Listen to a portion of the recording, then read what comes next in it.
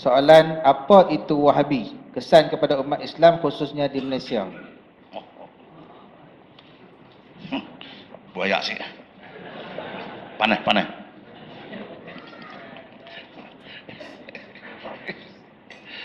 Apa itu Wahabi? Tuan-tuan minta maaf ya, saya pun sebenarnya taklah buat kajian yang begitu mendalam untuk saya bercakap tentang Wahabi. Cuma apa yang saya faham sekadar pembacaan saya, apa yang dimaksud dengan Wahabi ialah satu pahaman, satu ideologi yang diasaskan oleh seorang manusia yang bernama Muhammad Abdul Wahab. Muhammad Abdul Wahab. Ada cerita mengatakan di kurun yang ke-7 Hijrah. Di kurun yang ke-7 Hijrah berlakulah di Mekah dua perkara yang tak berlaku di zaman Rasulullah sallallahu alaihi wasallam.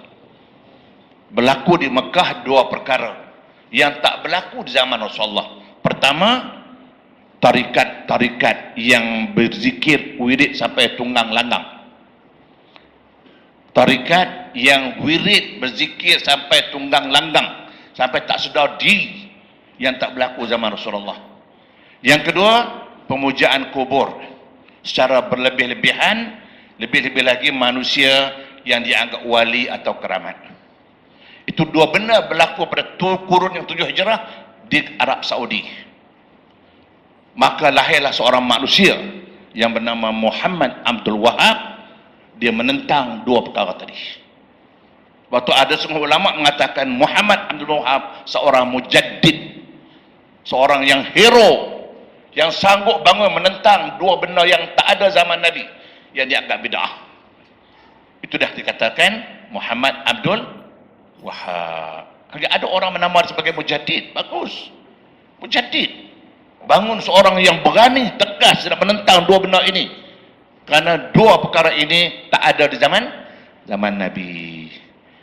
Lama kelamaan Muhammad Abdul Wahab meninggal, maka pahaman dia, pahaman yang kata benar yang tak ada zaman Nabi, jangan buat. Maka itu dikatakan pahaman Wahabi. Muhammad Abdul Wahab menentang dua perkara saja. Yang dia menentang apa dia? Pertama, tarikat-tarikat yang melampau. Ada tak hari ini? Tarikat wirid zikir sampai goyang-goyang sampai tak sedar diri. Mana ada zaman Nabi macam itu? Yang kedua, pemujaan kubur. Dia bilang, ni kubur wali, kubur keramat. Dipuja kubur buat apa? Maka Abdul Wahab menentang dua perkara ini kerana dia kata dua benda ini tidak ada zaman Nabi dan dua benda ini adalah bid'ah. Hari ini Muhammad dah tak ada dah. Tapi ideologi dia, pahaman dia tu diperluaskan. Artinya apa sahaja yang Nabi tak buat, tiba-tiba kita buat, maka bid'ah masuk neraka. Itu hari ini, isu hari ini, siapa buat benda Nabi tak buat, itu nama dia salah. Maka inilah pahaman Wahabi yang dikatakan jangan buat benda yang Nabi tak buat. Berpandukan hadis sahih pula tu. Tuan-tuan, hadis sahih riwayat Bukhari Muslim. Apa Nabi kata? Qala Rasul, iyyakum wa muhdatsatil umur. Fa inna kulla muhdisatin bid'ah wa kulla bid'atin dalalah wa kulla dalalah finnar. Sadaqa Rasulullah. Hadis sahih riwayat Bukhari Muslim. Yang bermaksud jaga-jaga kamu tentang perkara baru.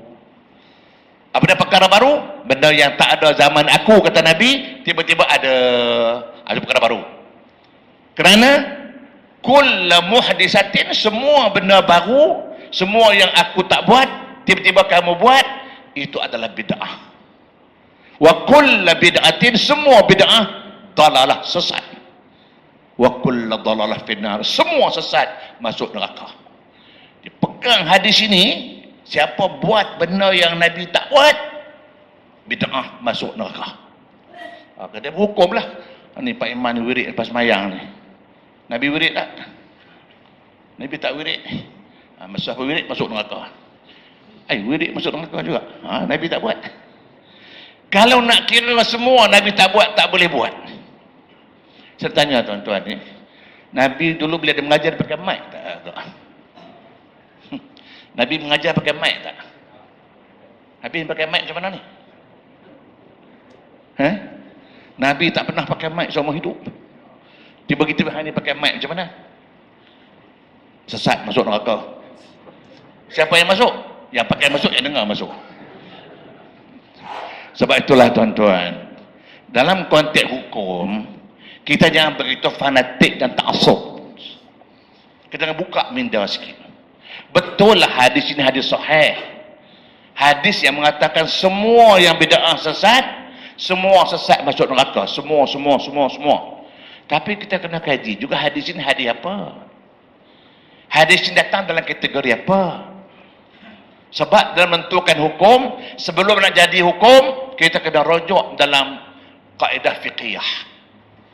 Sama ada dia mutlak ke, muqayyad ke, muqaddam ke, muakhar ke, nasyih ke, mansukh ke, ta'mim ke, tafsir. Itu kaedah fiqhiyah kena ambil kira.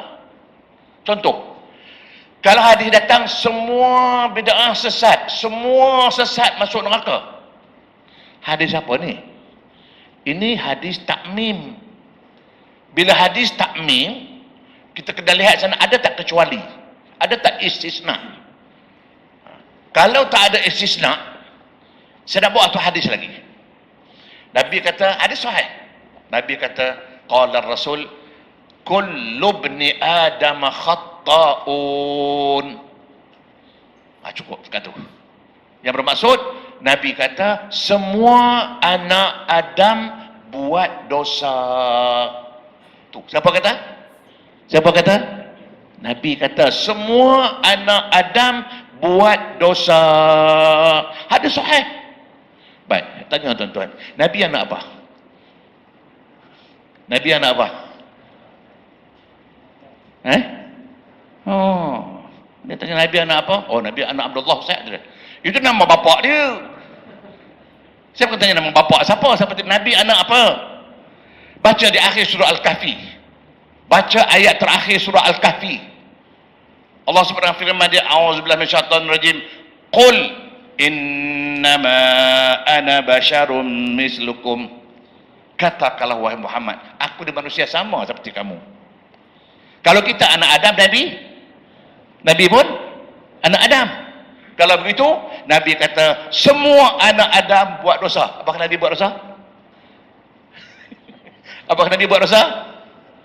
Habis ni Nabi kata semua anak Adam buat dosa. Itu maknanya hadis ini datang dalam bentuk takmim umum.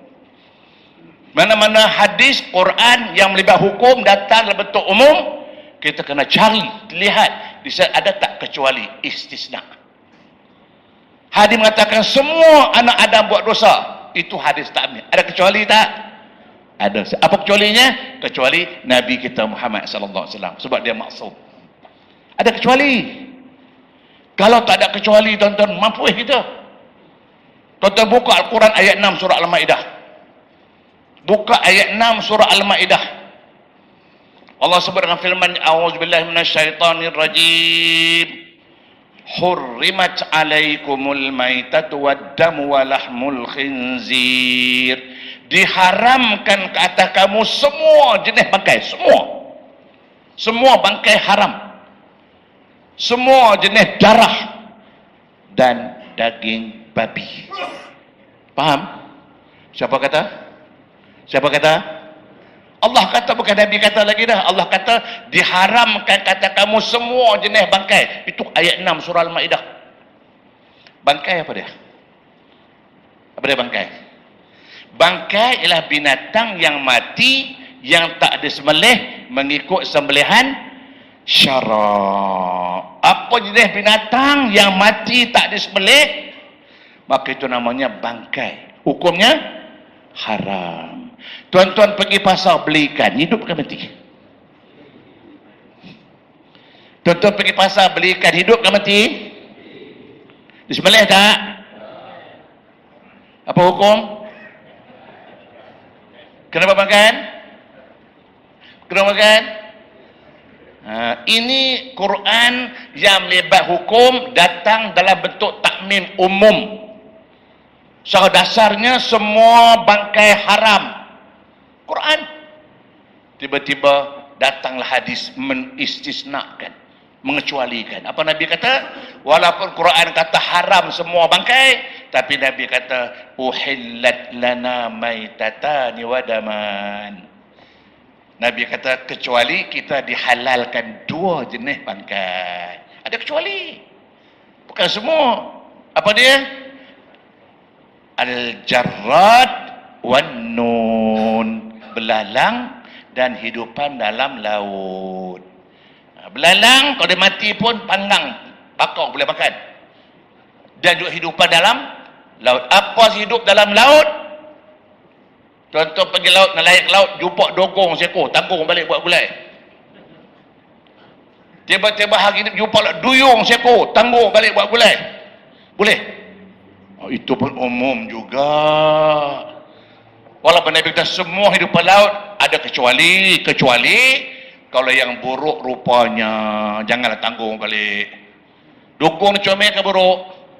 Mana comel hidung juntai termulut. Duyung comel ke buruk? Duyung comel ke buruk? Mana comel muka manusia ekor ikan? Comel apa nama? Tak usah makan. Kecuali yang beracun. Kecuali yang hidup di dua alam. Kecuali ada kecuali. Kalau gitu sama hadis tadi.